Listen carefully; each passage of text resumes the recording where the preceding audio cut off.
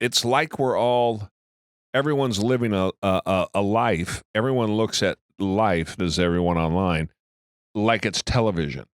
Like it's Mhm. like it's scripted television.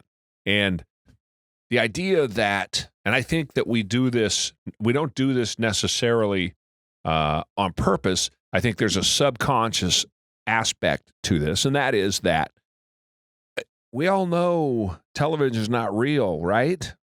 Hopefully.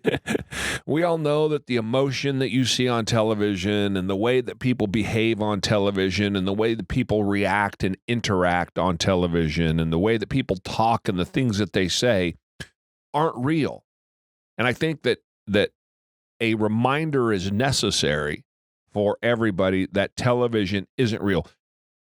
For years, I have complained about people living vicariously through television shows or other people, right? Mhm. People crying when Prince dies, as an example, which is just the dumbest thing I've ever heard in my life. People crying when anybody dies outside of their main circle is the dumbest thing I've ever heard in my life.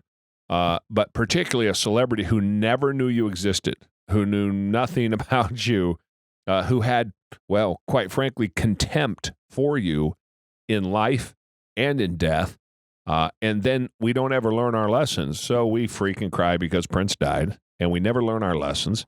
And so the next celebrity comes along and they're our new favorite, whatever. And we look at their lives through our eyes and we think how fantastic it would be to have that life, but it's all fake. There's nothing real about their public lives or the movies, television shows, whatever it is that they do. There's nothing real. The opinions they have are not real. How do I know that the opinions they have are not real? Because you can't get two people in the same room struggling for their lives to agree on the same thing. Yeah. And yet you have, politically in particular, in Hollywood, nothing but groupthink.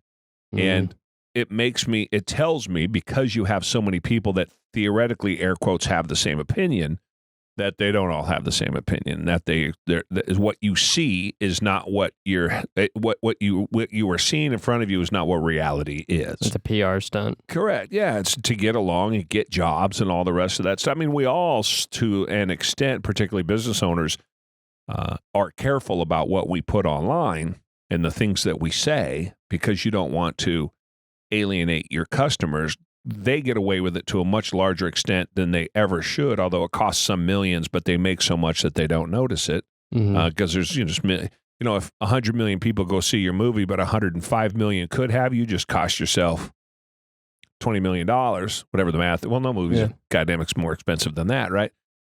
Significant amounts of money, but they don't seem to care about any of that. But I just think that, when you see interaction, I'll give you an example. I was watching a show and a dude was making a deal with another dude for a multi-million-dollar, multi-$100 million development deal in a scripted show.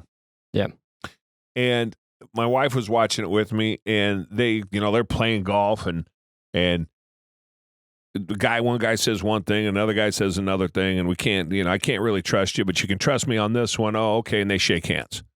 Yeah, right. So this is what the public sees. And again, this is back to my other argument about what the public sees regarding what business looks like. Is a couple of dudes hanging on the golf course, swinging away. And when you're done with your full swing off the tee box, you turn and go, okay, I'll make that $100 million deal with you. And you shake hands and you go about your life. Because in TV, nothing is reality. So all of a sudden, the construction equipment's moving in and they're doing a deal together. And they just shook hands for it on the tee box. And the reality is that that's not how the world works. And so all of television is, any scripted television, which is most even reality television is scripted, is not real, but it feeds our need for some connection, right?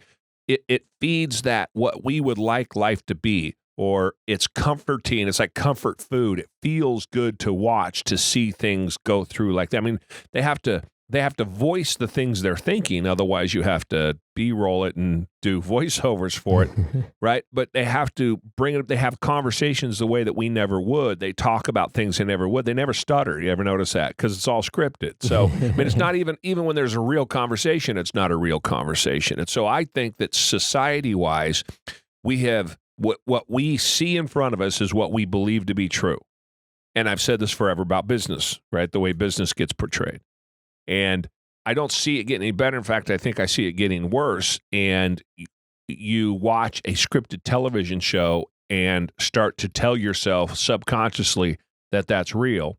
Building unrealistic expectations. You can't ever get there. You'll never make it happen. You'll never have a relationship like that. The friends don't meet at the coffee shop like that and don't have fucking jobs, right? That's all fake. It's fake, and it's built to make you feel good. It's meant to release endorphins when you watch it and make you feel something different than what you are. It's an escape. Yep. But we forget it's an escape because it's become so mainstream, so popular, so ubiquitous.